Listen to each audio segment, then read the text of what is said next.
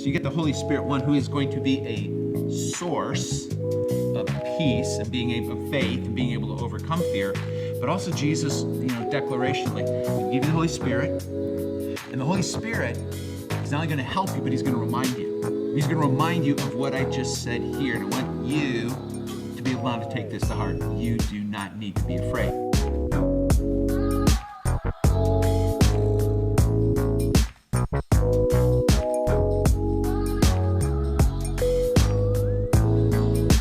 Hey everyone, welcome to the cutting room floor.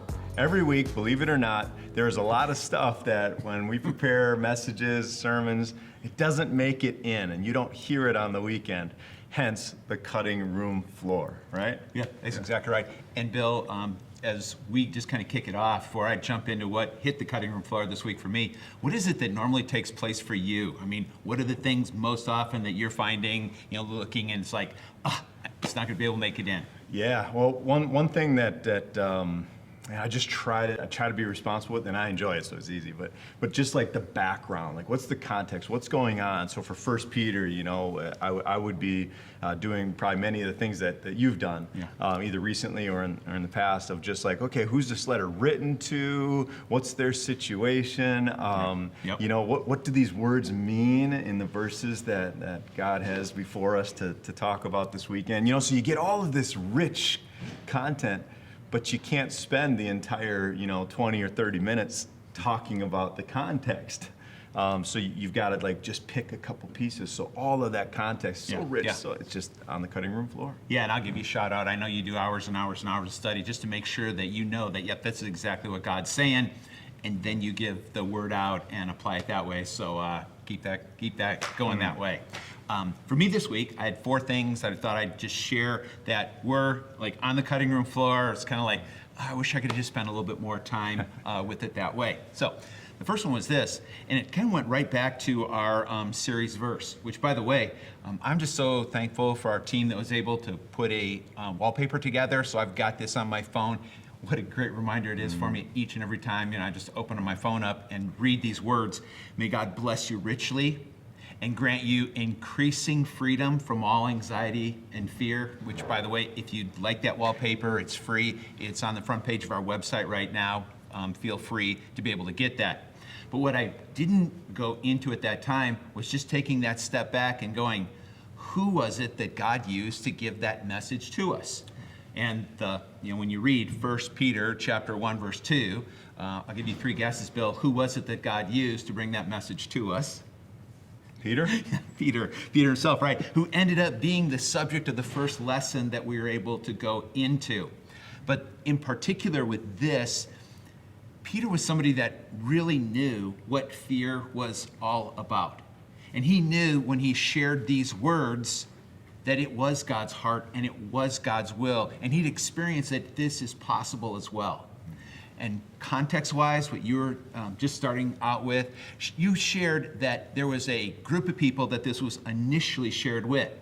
And you know who that people were? It was a people that really, really, really needed this message. True. They'd been disrupted from their homes. They were out in different places. Many of them were without work.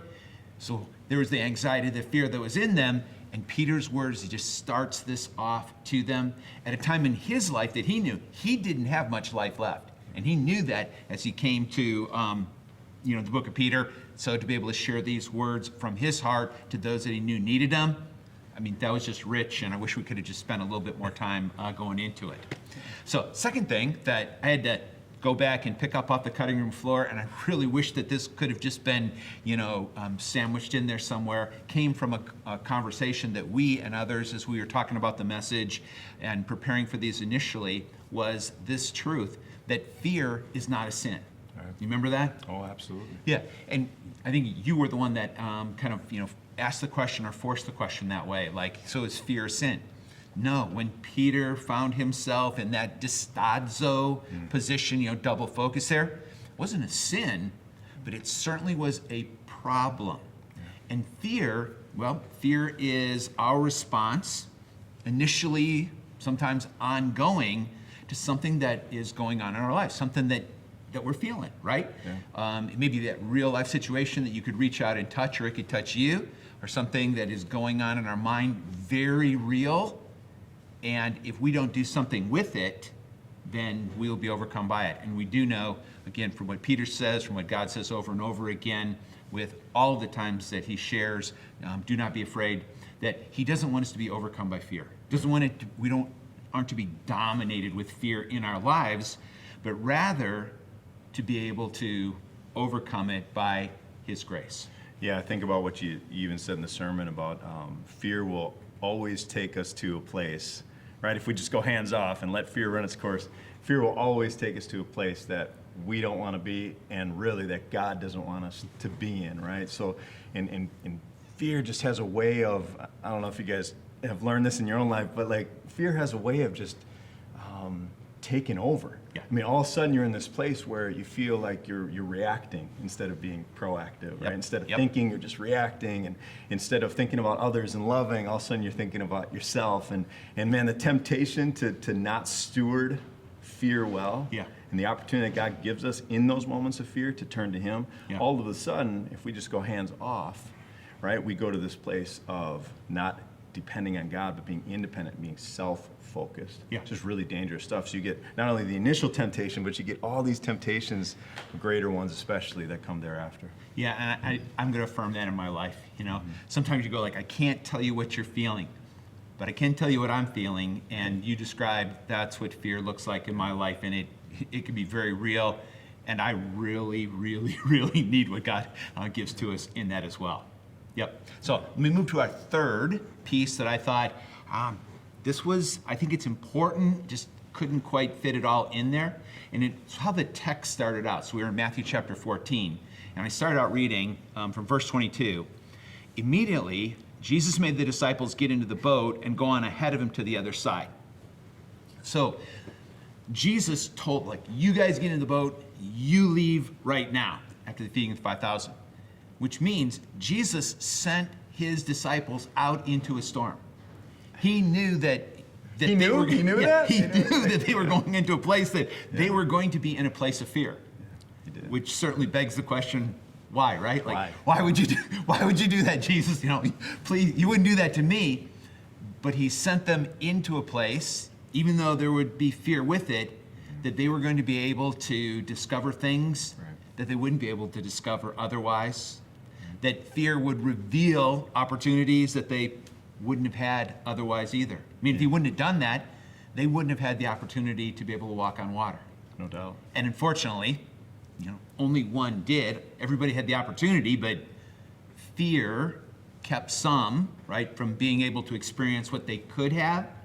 And we know the story of Peter well, and it just set us up for a really, really important lesson there.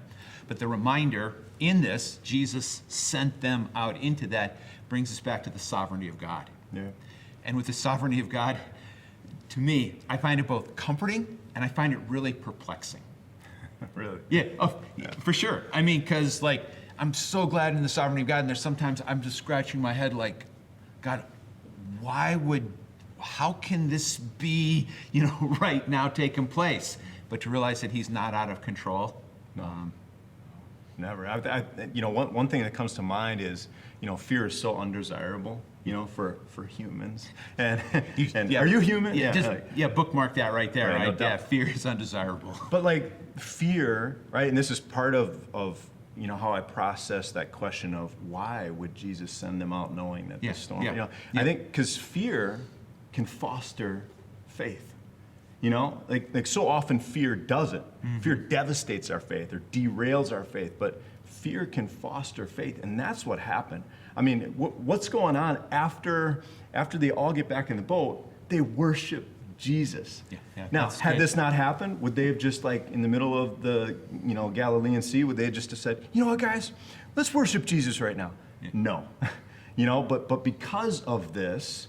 And because of the things they experienced, because of even Peter sinking and Lord, save me. I mean, because of that, here they are in this place of increased faith. What a gift that is, I think about all of us going through fearful situations. Some are obvious, right? Some are personal and specific to the person. But have we taken the opportunity to realize God, you've sent me, or God, you've allowed me to be in this situation that my faith might be fostered. Yeah. Like, oh. Yeah, and you're certainly bringing up attention right now because, like, I'm listening to you going, like, that's awesome. I want more fear in my Right. life. And then I'm going to tell myself, like, no, I do not want more. And patience. Give me some patience. Yeah, no, like, no. So, yeah, there's that tension there. Here's the fourth thing that I really wished I would have had time to do, and it was baiting me in a big way. I really wanted to go after this. Hey, but Pastor, so if you guys, next time you see Pastor Guy preach, if you see a weird look on his face sometimes and a pause, this is him just for a moment revisiting, should I? And then he's like, no. And then he's moving on. So just, okay, insight. Yeah. So Jesus took us deeper in the lesson with communion. And the verse that we used going into communion were these words of Jesus. Peace I leave with you, my peace I give you. I don't give you as the world gives. Do not let your hearts be troubled. And then he drills it home. Do not be afraid. And we've made the point that this was the 19th time that Jesus repeated this in the Gospels. It was the final one. But what I wished we could have done would go back a little bit, which is a verse. So if we would have stepped back a verse, we would have read these words. When Jesus is telling his disciples now, but the advocate or the comforter, the Holy Spirit, whom the Father will send in my name, will teach you all things and will remind you of everything that I have said to you. So you get the Holy Spirit, one who is going to be a source of peace and of faith and being able to overcome fear, but also Jesus, declaration like, I'm going to give you the Holy Spirit, and the Holy Spirit is not only going to help you, but he's going to remind you. And he's going to remind you of what I just said here, and I want you to be able to take this to heart. You do not need to be afraid. That's awesome. The Holy Spirit, as we think about that fear factor that comes into our lives, we get even more, and you know that I wanted to go here as well, in 2 Timothy chapter 1, verse number 7, talking about the Spirit, that God has not given us the spirit of fear. Instead, he's given us the spirit of power, of love, and of a strong mind. Actually, he gives us the things that we need, you could say the opposite, or the things that we need to be able to deal with fear, but it's not a force, it's a person, it's the Spirit within us.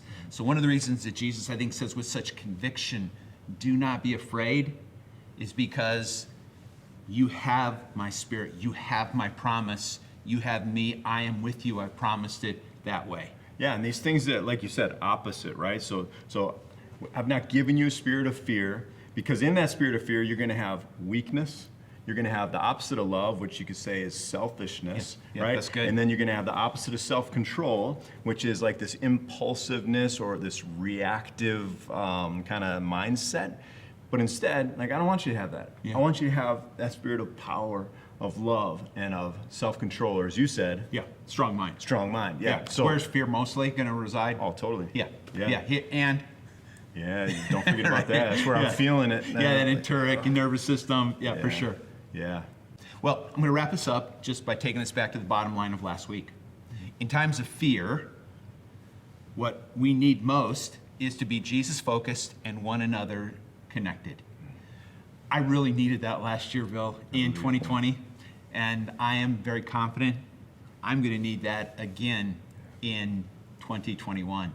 So really glad to be able to take a couple of minutes together, share a little bit more of these. I hope they're really fun this month and they generate lots more conversation as well. That's awesome. Thanks for being with us here today on the first edition of the Cutting Room Floor. We'll see you next time. Pastor Rob's going to be with us then.